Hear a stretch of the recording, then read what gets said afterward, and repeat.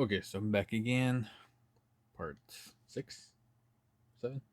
Well, I'm not good at keeping track. So now we got that cross section all filled in. I did make a mistake on the last video. I did fix it, which you guys caught it. You guys caught it, but if not, now we're going to the fill section here. As you can see on this one, doesn't have that black, emerald green, that turquoise blue, gold, and black. And then that part next, the little pie section, and to go around. So with that, it's not too bad. It's not too tricky, but you can't be putting a bunch of beads in there where it's gonna be pushing on each other. You want to have just enough where it just sets in there perfectly. So with me, trial and error, trial and error. This is kind of what it is. This is the part where I use one needle. So when I say I use a combination of single needle and two needle, this is part of using the one needle process. So I know 6 fit in here perfectly without really touching the sides or binding up. So as you can see, 6 fit in there perfectly. So I'm going to do every 2. Instead of doing the first one, I'm going to do every 2. Just so I can only do 2 stitches instead of 3. Which will save time for me. Oops. It does get caught in my thumb, so I got to let go of that and pull. So I'm trying to work fast. That always happens. So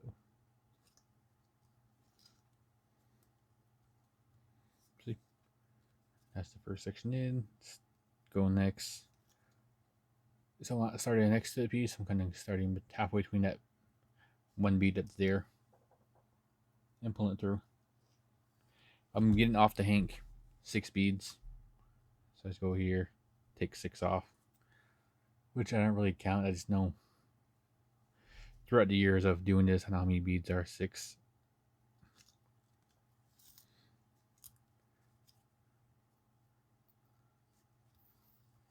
And I have really good hand-eye coordination. So I do go in rows, like I do from the outside in. You could go and just do every section, but I like to ensure that every piece does have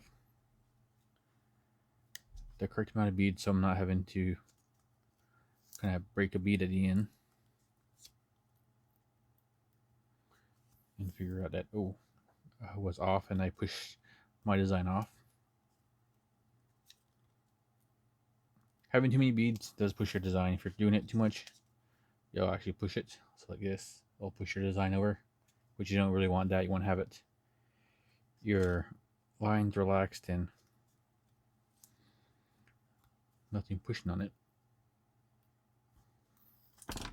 Oh, don't worry about that. It's the hazards of beading. Things get caught, things get thrown around by the loose thread. Sometimes other projects get thrown around. Sometimes drinks get spilled.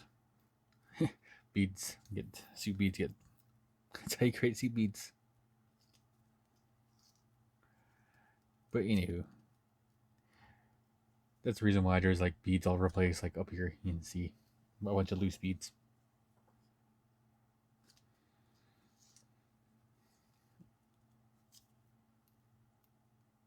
We work our way around, just doing this ever so. It does take a while. Beading is not quick, though I may make it seem quick.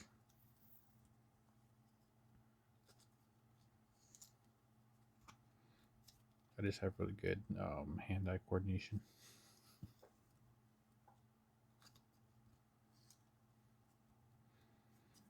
And with working with these 13s, I would assume that would have some really good eyes, but I do wear glasses.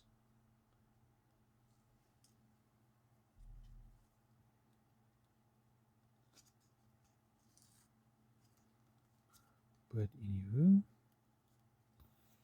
there we go. And I always try to make sure my thread's in the correct position before I release it.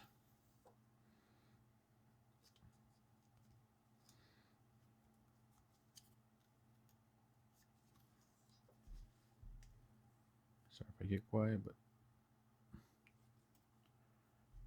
I'm just trying to work my way around.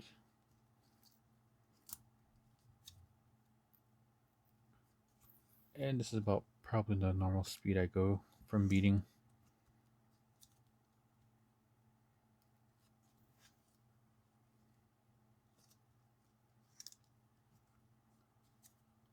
I'd probably be a little faster if I was working with 11s, but I don't work with 11s.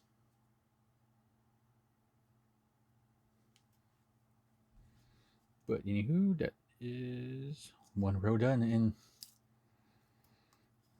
I guess, a short amount of time, I would assume. But for me, it felt like it took forever.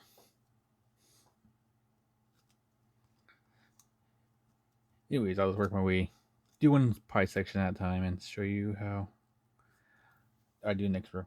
So typically when I do a row, if I have 5 in one section I start with, I normally take 2 out because it does taper from both sides. So here I have 6, so now I'm gonna work with 4, which is this emerald green. So I'll grab 4. Just up to the 4th bead, I'll do that. So see, it fits in there ever so. And I'll just do the middle instead of having the 2 outside. I'll do the middle of the 2, or middle of the 4. Just grabbing those 2 and do that. Just so it makes that curve, that arch in the bead. Then the next row was going to be this teal, turquoise blue. And that will have 3. Once I get below the 4th, I'll just go 3 beads, or take off 1 bead at a time. So this row I have 3. And just tack on whatever side you want to do. You can do all beads singly here, or just tack 1 bead, just so you don't have that bulge or bump in it. And then I'll do the 2 gold, which I'll pick up from my collection on the side here.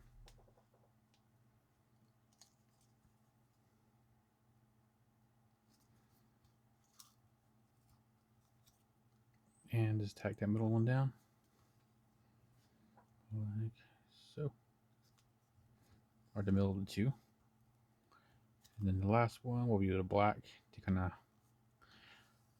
give it that contrast, that pop it needs from the center. So like so. And that's doing 1 section at a time. So you see there's no, it's not bulging out or popping out, or the line just flows straight. That's what you want to have when you put your beads in there. You don't want to have it too much where it's pushing your lines crooked or anything like that. You want to make sure that your lines are straight and they work out. So that's doing 1 section, but if you do, like I said, just go around in circles, make sure everything fits together, and then you'll end up with a piece like that, which is nice. Or from here, you can actually do like many different things. You can actually change out different colors and make different sections, like so. Even though the lines are, these are those bungle beads, beetle beads, blah blah blah. Every section is different. Does spiral and go in circle. You can also do it with the center here. Spiral, make it circle, or even change up the 4 colors, make sure it's all black or one's all white, or have every section be a different color. So it's just up to your imagination at this point. There's really no wrong answers in how to do things. It's just how you feel about adding the beads into that certain section. Colorization is up to you. I mean, I can't tell you what colors to use because some people like white colors, lighter colors, pastel. Some people like darker colors, blacks and purples. Some people are just vibrant in like pinks, greens, and a multitude of colors. It's all based on your preference. This is just a style an idea I had for beading. I got bored and I decided to make this design. Most of the time, that's how a lot of things I do happen. Just throw a piece together and I beat a section. Sometimes I'm like, I'm tired of using purples, using pinks, using fire colors, and I want to use them in certain pieces. And I'll just go and create something interesting from nothing. Anyways, I'm just doing the pie section here. Normally I go around, like I said, in every section. Sometimes in a piece, less is more. Oops, hit my camera. So even though that does look like it can fit like 2 or 3 beads in there, sometimes just adding one small bead fills in that area perfectly at a distance. And remember, this is a small section I'm working on. So here's a quarter. Like I said, the quarter does fill that section there for reference. With these 13s, with 11s, it's a little bit bigger, a little bit trickier. But you're able to manage your beads, pick your bead size, like I said. So that's kind of the explanation of this, kind of getting to this point. Now I want to get to the next point of doing the edging, which, as you can see, I trimmed it all down and it looks perfect. And I'll show you that next and get ready to assemble the whole thing and get ready for edging. So the next section of this series will be the prepping the earring for edging, and I'll show you that process next. Until then, see you.